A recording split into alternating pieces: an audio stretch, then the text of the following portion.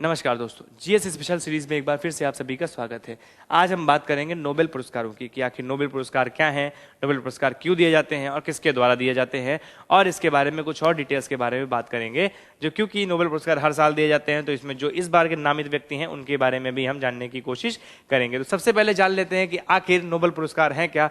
तो नोबेल पुरस्कार कुछ नहीं, एक व्यक्ति के वसीयत का कारनामा है। जी हाँ, ये वही व्यक्ति हैं जिनका नाम अल्फ्रेड नोबेल है, जिन्होंने डायनामाइट की खोज की थी। और शायद ऐसा सुनने में आता है कि डायनामाइट की खोज करने के बाद इनको ऐसा एहसास हुआ कि मैंने मानव विकास का सामान न बनाकर मानव विनाश का सामान बना दिया है। इसी वजह से इन्होंने अपनी वसीयत को पूरी मानव जाति के नाम कर दिया और इन्होंने बोला कि ये जो पुरस्कार है ये उन्हीं व्यक्तियों को दिए जाएंगे जो ह्यूमन मैनकाइंड में, यानी मैनकाइंड में जो मानव विकास में सबसे बड़ा योगदान, महत्वपूर्ण योगदान दे रहे होंगे, सबसे उत्कृष्ट योगदान दे रहे होंगे, उनको चुना जाएगा। और इनकी जो 250 मिलियन की प्रॉपर्टी थी यूएस डॉलर की, 250 मिलियन की, उसको धीरे धीरे करके पुरस्कार के रूप में वितरित किया जाएगा। तो आइए हम देखते हैं कि ये पुरस्कार कितने क्षेत्रों में दिया जाता है। तो बेसिकली ये 5 क्षेत्रों में दिया जाता है: लिटरेचर, साहित्य, केमिस्ट्री यानी कि आपका रसायन विज्ञान, फिजिक्स आपका भौतिक विज्ञान, फिजियोलॉजी मेडिसिन यानी कि जीव विज्ञान, और पीस यानी कि शांति पुरस्कार, शांति नोबेल पुरस्कार, है ना। तो ये 5 क्षेत्रों में दिया जाता है। अब आप तो कहेंगे कि भाई इसमें तो नोबेल पुरस्कार 6 होते थे।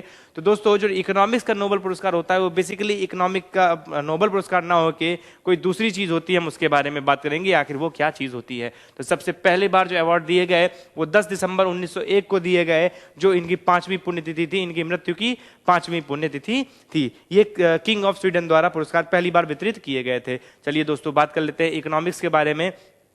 तो सन 1968 तक इकोनॉमिक्स में नोबेल पुरस्कार नहीं दिए जाते थे, लेकिन सन 1968 में आपका स्वेरिजिस रिक्स बैंक नाम की एक बैंक थी जो स्वीडन की सेंट्रल बैंक थी, उसने कहा कि भाई इकोनॉमी के क्षेत्र में भी जो लोग उत्कृष्ट योगदान दे रहे हैं, मानव विकास के लिए कार्य कर रहे हैं, उनको भी हम ये पुरस्कार देंगे। तो 1968 से ये पुरस्कारों का नाम रखा गया स्वेरिजिस रिक्स बैंक प्राइज इन इकोनॉमिक्स, जो टेक्निकली नोबेल प्राइज तो नहीं है, बट क्योंकि नोबेल पुरस्कारों के साथ ही बांटे जाते हैं, वितरित किए जाते हैं, इस वजह से इनको भी नोबेल पुरस्कारों की श्रेणी में रख दिया जाता है। अब बात करते हैं कि भाई कौन सा पुरस्कार किसके द्वारा दिया जाता है। तो अगर हम बात करें नोबेल पुरस्कार फिजिक्स और केमिस्ट्री में, तो ये दिया जाता है royal Swedish academy of sciences के द्वारा। अगर हम बात करें फिजियोलॉजी और मेडिसिन की, तो ये दिया जाता है कैरोलिंस्का इंस्टीट्यूट इन स्टॉकहोम, जिसको स्टॉकहोम में कैरोलिंस्का इंस्टीट्यूट है उसके द्वारा दिया जाता है। उसके बाद अगर हम बात करें लिटरेचर की, तो स्वीडिश एकेडमी जो है स्टॉकहोम में, उसके द्वारा दिया जाता है।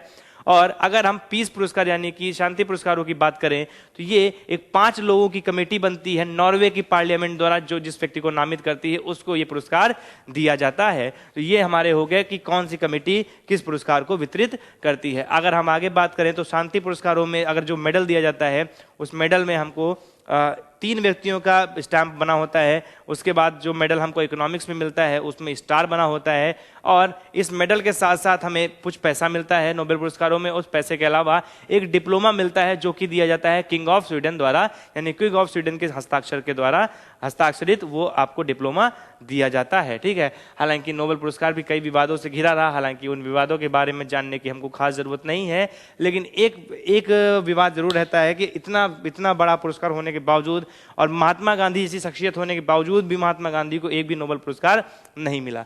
खैर, अगर हम भारत की बात करें तो भारत में सबसे पहला नोबेल पुरस्कार पाने वाले हमारे गुरुदेव थे, जिनका नाम था रविंद्रनाथ टैगोर जी। और लेटेस्ट हमारे हैं अभिजीत बनर्जी, जिन्होंने इकोनॉमिक साइंसेज में आपका नोबेल पुरस्कार जीता था। अगर हम पहले साइंटिस्ट की बात करें तो सर सीवी रमन जी, जिन्होंने रमन इफेक्ट के लिए फिजिक्स में नोबेल पुरस्कार को जीता था। तो ये हमारा लिस्ट है, एक बार इसको गो थ्रू होइएगा और इसमें आपको डाटा याद करनी पड़ेगी, क्योंकि इसमें हम आपकी मदद कुछ भी नहीं कर सकते। अगर हम बात करें 2022 के नोबेल पुरस्कारों की, तो 2022 के नोबेल पुरस्कारों के बारे में एक बार हम पढ़ लेते हैं। तो अगर नोबेल पुरस्कार लिटरेचर के बारे में हम बात करें तो एनी एरोनॉक्स जी को ये दिया गया स्वीडिश एकेडमी ऑफ लिटरेचर द्वारा।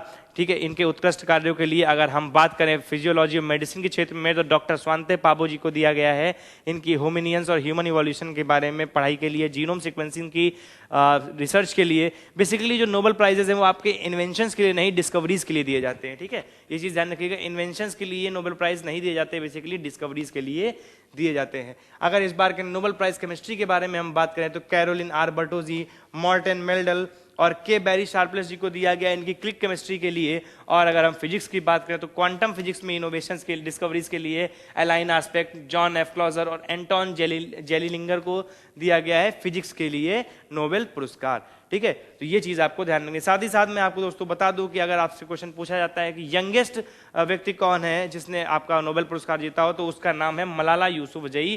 तो मलाला यूसुफजई जो है यंगेस्ट पर्सन है ऑन द अर्थ जिन्होंने नोबेल पुरस्कारों को जीता है। तो दोस्तों आज के लिए इतना ही। उम्मीद करता हूं भाई क्लास आपको समझ में आई होगी, काफ़ी डाटा आपको यहाँ से मिल पाई होगी।